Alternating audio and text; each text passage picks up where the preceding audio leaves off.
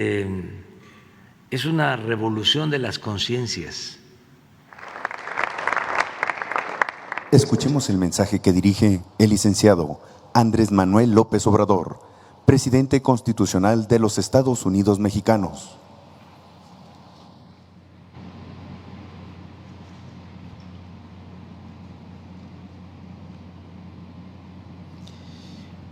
Amigas, amigos,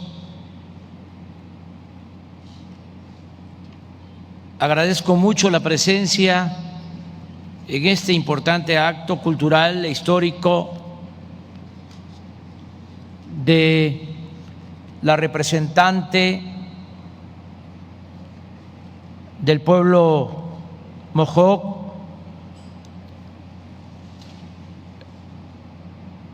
que nos acompaña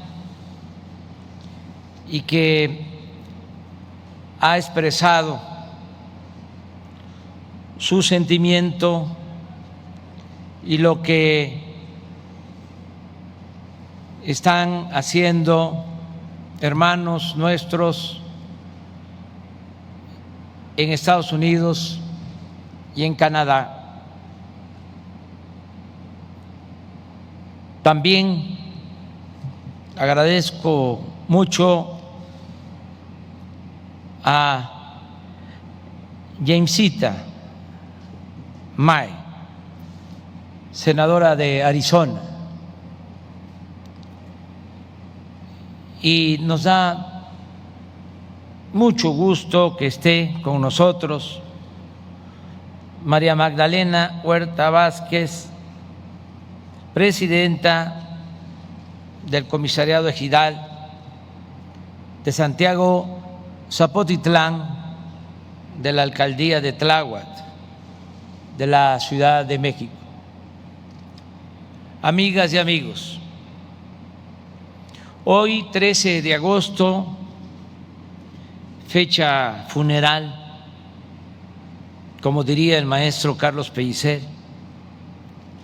recordamos la caída de la Gran Tenochtitlán y ofrecemos perdón a las víctimas de la catástrofe originada por la ocupación militar española de Mesoamérica y del resto del territorio de la actual República Mexicana.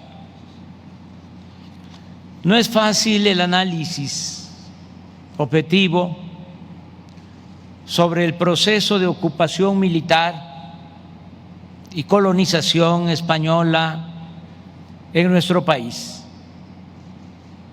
Son pocas las fuentes primarias y aunque existen códices y relatos de los pueblos originarios posteriores a los iniciales acontecimientos, predominan las crónicas y escritos de soldados, historiadores y evangelizadores que tienden a justificar la invasión en nombre de la libertad, la fe, la superioridad racial o de la civilización,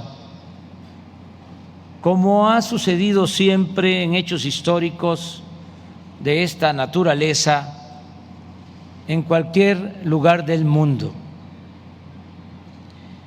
Es por eso que considero hasta ofensivo y ocioso en estos tiempos volver a la vieja polémica de que los originarios de Mesoamérica y en particular los mexicas eran bárbaros, porque entre otras cosas comían carne humana, pensaban que el caballo era una bestia sobrenatural, monstruosa,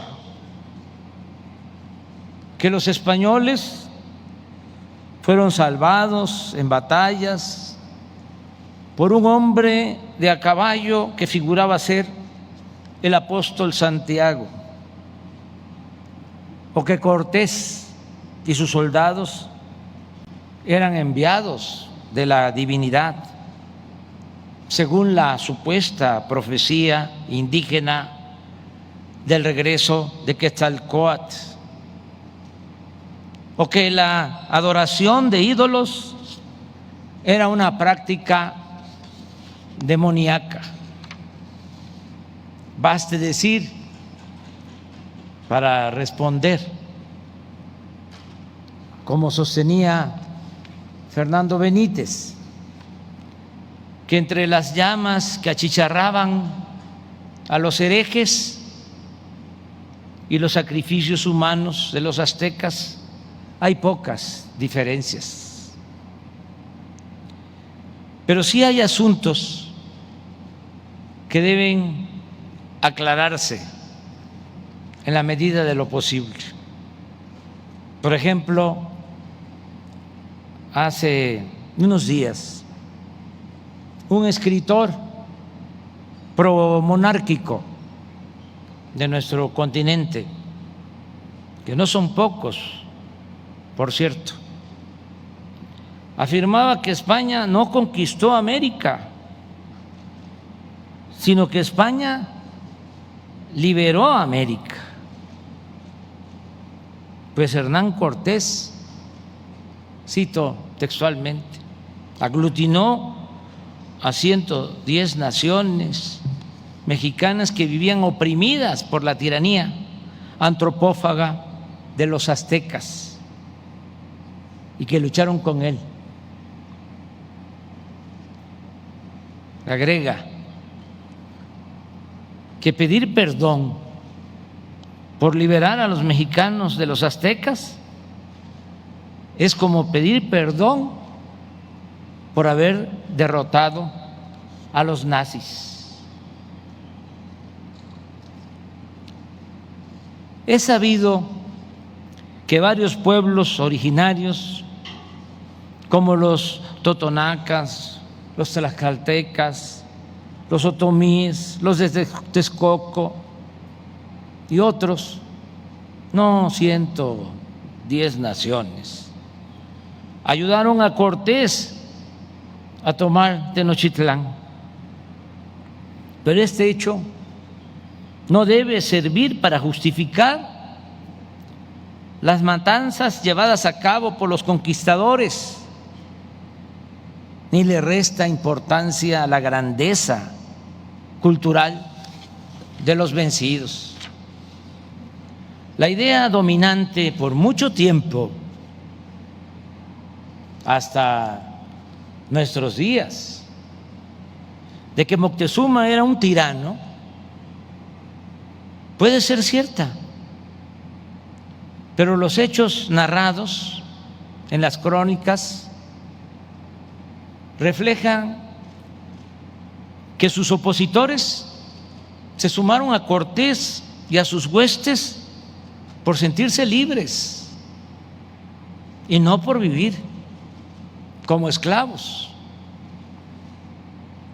Es demostrable también que los pueblos sometidos al dominio mexica tenían que pagar tributo o impuestos al poder central, pero la versión de que se los comían es más bien una típica inventiva de cualquier colonizador, una vulgaridad, por lo general nunca comprobada. No debe descartarse, sin embargo, que en otros tiempos la hegemonía mexica se haya impuesto mediante la fuerza en todo Mesoamérica,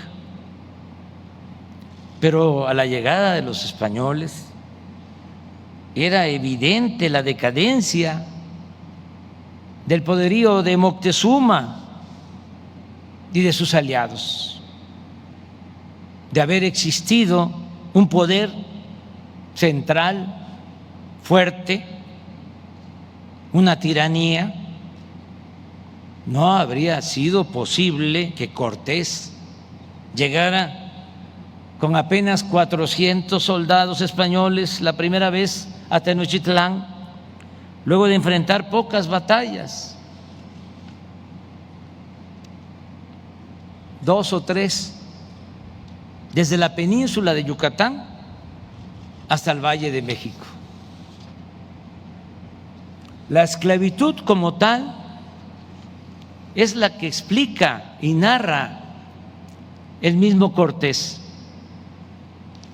quien en sus cartas de relación al rey Carlos V de España, después de su primer derrota en Tacuba, en la serie de batalla de la Noche Triste o de la Huida, sostiene que en venganza por la muerte de españoles y ante la rebeldía de los indígenas, que además, cito textualmente, comen todos carne humana, empezó a convertirlos en esclavos. En Tepeaca, Tecamachalco, Izúcar, Huequechula y otros lugares del Valle de Puebla aplicó la estrategia de respetar a los que se sometían y arrasar y esclavizar a los que resistían. Pero tampoco debe verse a Cortés como un demonio. Era simplemente un hombre de poder, un militar con valor, aplomo, un militar desalmado, un político audaz y ambicioso, de fortuna, que hábilmente aprovechó las divisiones y las debilidades de los mexicas para imponerse con discursos, argucias, terror y violencia, hasta conseguir apoderarse del anhelado tesoro en oro y plata de Tenochtitlán. Pedro Salmerón, en su reciente libro La batalla por Tenochtitlán, empieza con la atinada advertencia de que, haciendo a un lado justificaciones de toda índole, el motivo primordial de dicha expedición fue el afán de riqueza. En un poema escrito en un día como hoy, pero en 1964, lamentando la destrucción de Tenochtitlán, el maestro Carlos Pellicer decía: me da tristeza, no por mexicano, sino solo por hombre.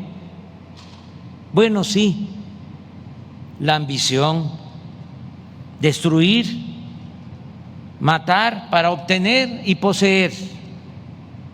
Esta es la razón de tanto duelo, de tanta ruina, de tantas lágrimas oscuras, de tanto pecho destrozado y aún vivo, de tanto estar mirando el horizonte y sin nada entender. Y en efecto, la pregunta obligada es si las matanzas de miles de indígenas de Cholula, en el Templo Mayor, en la toma y masacre de Tenochtitlán, y los asesinatos de Moctezuma, Jicotencal y Cuauhtémoc y otras autoridades indígenas trajeron civilización a la tierra que Cortés bautizó como la Nueva España. ¿Valieron la pena tantas muertes, tanto pueblo arrasado, saqueado y quemado, tantas mujeres violadas, tantas atrocidades ordenadas por el mismo Cortés y por él, relatadas en sus cartas al rey. Pensemos, por ejemplo, en ese pasaje que narra que fueron tantos los indígenas asesinados en Yecapixtla que un río que corre cerca de aquel pueblo por más de una hora fue teñido de sangre. O ese parte lapidario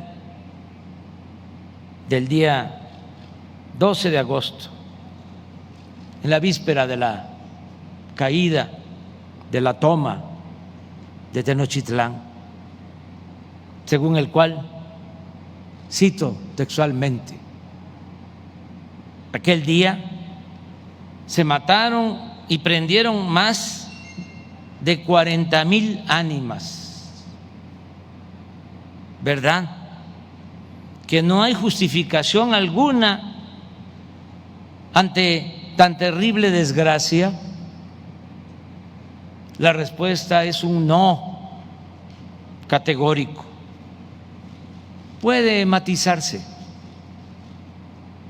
alegando que se construyeron durante la colonia palacios y bellos templos, que se creó la universidad y había imprenta antes que en Estados Unidos y que se registró un auge económico, sobre todo en la minería.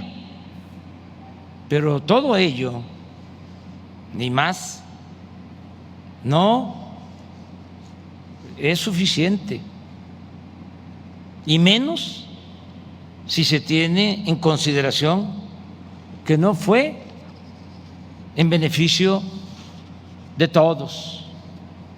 Durante los 3 siglos de dominación colonial, los indígenas solo tuvieron 2 opciones: sobrevivir en la pobreza, en zonas de refugio, en la sierra, los pantanos o en la selva, porque fueron despojados de sus mejores tierras, o ser enganchados para trabajar en las minas o en las haciendas como esclavos. En el caso de la ciudad, Fernando Benítez sostiene que a los habitantes de la antigua Tenochtitlán se les condenó a vivir en las afueras, en las orillas, en la marginación. A la miseria de los vencidos se oponía la riqueza de los vencedores que habitaban en los palacios cerca a esta plaza mayor o en las huertas y jardines de San Cosme, más allá de la Alameda. Pero tampoco la acumulación de capital para los propietarios de la Nueva España y para la corona fue abundante o significativa. En todo el periodo colonial no hubo avances tecnológicos y siempre se padeció de la llamada falta de brazos. Un dato: el oro que se llevaron de México los europeos, los españoles, en 300 años de dominación, 182 toneladas, es equivalente en la actualidad a solo 2 años de lo obtenido por las empresas mineras nacionales y extranjeras, que en 2017 y 2018 extrajeron 192 toneladas. En contraste, empezó desde hace 500 años para los pueblos sometidos una era de violencia, sobreexplotación, esclavitud, desánimo y tristeza. Y como las malas noticias nunca llegan solas, siempre se hacen acompañar de otras, la conquista provocó una crisis sanitaria, una catástrofe, peor que la invasión militar, porque sin que nadie lo deseara, la población indígena fue reducida drásticamente por la llegada de enfermedades desconocidas que los curanderos aborígenes no sabían cómo enfrentar y se convertían en terribles epidemias. La gente contagiada no podía resistir por falta de fortaleza física, emocional y de anticuerpos, y morían miles sin remedio. En el libro de Pedro Salmerón, que ya citamos, vienen 3 referencias sobre los efectos de la viruela en la víspera, el sitio y durante la batalla por Tenochtitlán. En una, el soldado español Bernardino Vázquez de Tapia sostiene: vino una pestilencia de sarampión y vínoles tan recia y tan cruel que creo murió más de la 4ª parte de la gente de indios que había en toda la tierra, lo cual mucho nos ayudó para hacer la guerra y fue causa que mucho más prestó para que se acabase, porque, como he dicho, en esta pestilencia murió gran cantidad de hombres y gente de guerra y muchos señores y capitanes y valientes hombres con los cuales habíamos de pelear y tenerlos por enemigos, y milagrosamente nuestro Señor los mató y nos los quitó delante. El soldado confundió sarampión con viruela, que fue la epidemia que causó en ese entonces muchas muertes, entre otras la de Cuitláhuac, quien había tomado el mando luego del asesinato de Moctezuma y fue después sustituido por Cuauhtémoc. En las otras 2 referencias a la viruela, el soldado español Francisco Aguilar señala que en el cerco a Tenochtitlán había hambre y también viruela, todo lo cual, dice, fue causa de que los mexicas aflojasen en la guerra y no peleasen tanto. Y el mismo cronista da gracias a Dios porque, estando los cristianos harto fatigados de la guerra, a los mexicas les envió viruela y entre los indios vino una gran pestilencia. Estas terribles epidemias de viruela, sarampión, paludismo, cólera, tosferina, mal de bubas, peste y otras enfermedades diezmaron a la población. En Tabasco, en las crónicas del siglo XVI, se sostiene que a la llegada de los españoles la población nativa alcanzaba los 135,000 habitantes, pero al poco tiempo las cosas cambiaron. La tierra se plagó de enfermedades y la población disminuyó con rapidez. Para 1575 Tabasco apenas tenía 8,500 habitantes. En solo medio siglo la población se había reducido en un 93%. Enrique Semo afirma que el cataclismo más atroz que sufrieron los amerindios en la conquista fue sin lugar a duda la combinación de guerras, destrucción de su tejido social y las enfermedades epidémicas para las cuales no tenían inmunidad.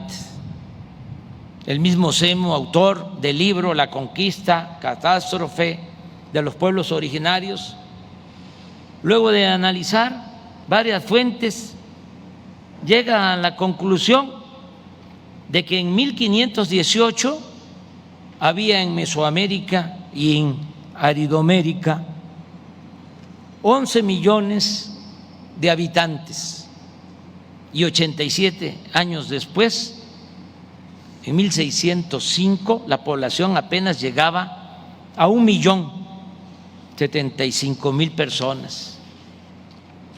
Este desastre, cataclismo, catástrofe, como se le quiera llamar, permite sostener que la conquista fue un rotundo fracaso. ¿De qué civilización se puede hablar si se pierde la vida de millones de seres humanos y la nación, el imperio o la monarquía dominante no logra en 3 siglos de colonización ni siquiera recuperar la población que existía antes de la ocupación militar? Recordemos, en 1518 se contaba con 11 millones de habitantes y en 1821 la población del México que había logrado su independencia era de 6 millones de habitantes. Traigo a escena de nuevo a Tabasco, que llegó a tener, como ya hemos dicho, antes de la llegada de los españoles, 135,000 habitantes, pero su población disminuyó y en 3 siglos de dominación colonial nunca pasó de 40,000 habitantes. Es hasta después de la independencia, a partir de 1830, cuando la población empieza a crecer, porque comienza a llegar y se empiezan a aplicar con cierta regularidad la quinina para combatir el paludismo y la vacuna contra la viruela, que se descubre hasta 1800, 300 años. Ahora que estamos padeciendo del COVID, tenemos que reconocer que en un año se contó con una vacuna. Y en el caso de la viruela se tuvo una vacuna casi 300 años después de que empezó a afectar esta epidemia en México, Tenochtitlan.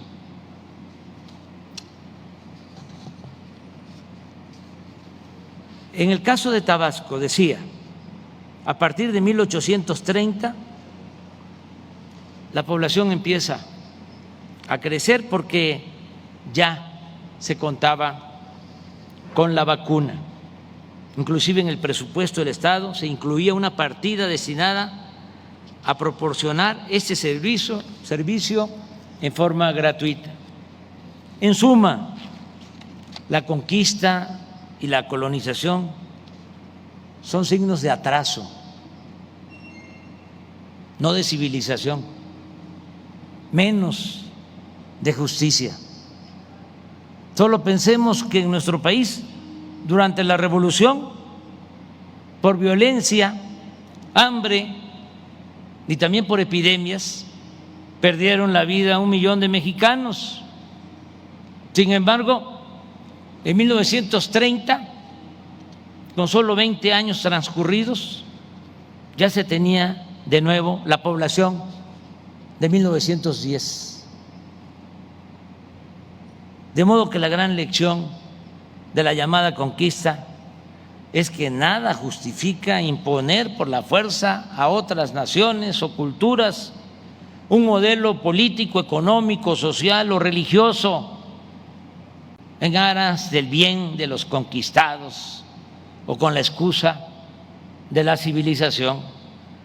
Las conquistas, las invasiones, las guerras siempre serán un riesgo para la humanidad.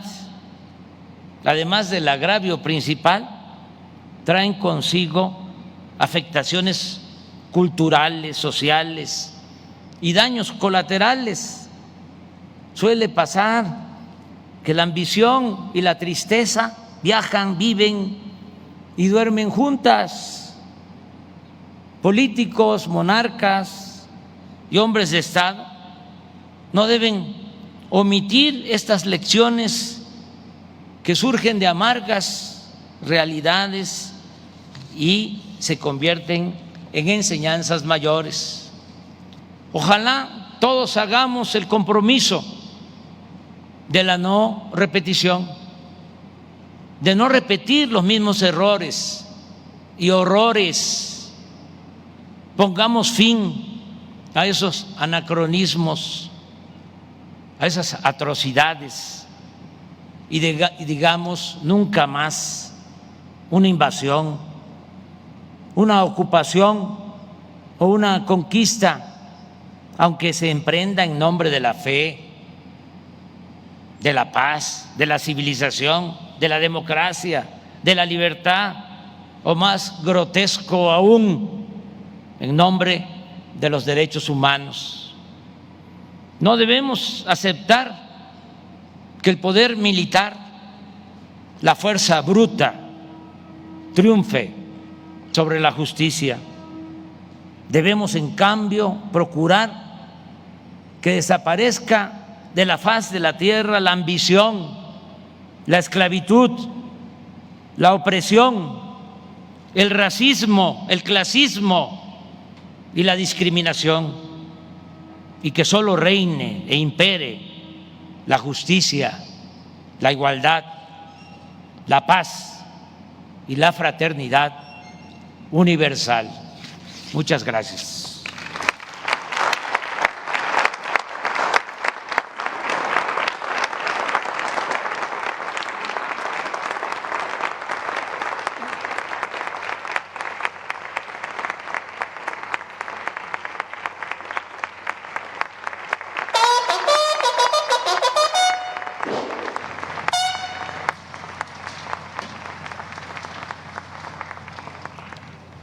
Se les invita a entonar nuestro himno nacional.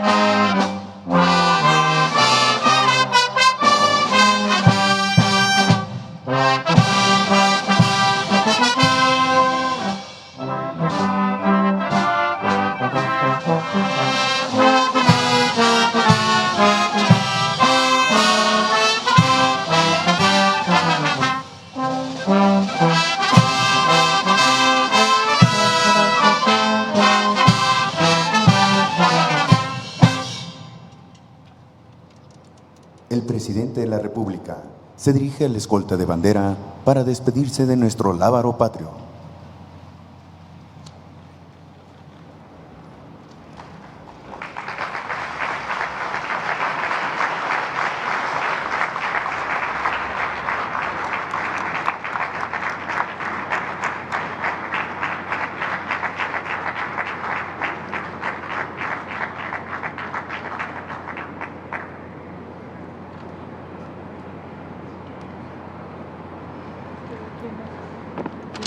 Para los invitados.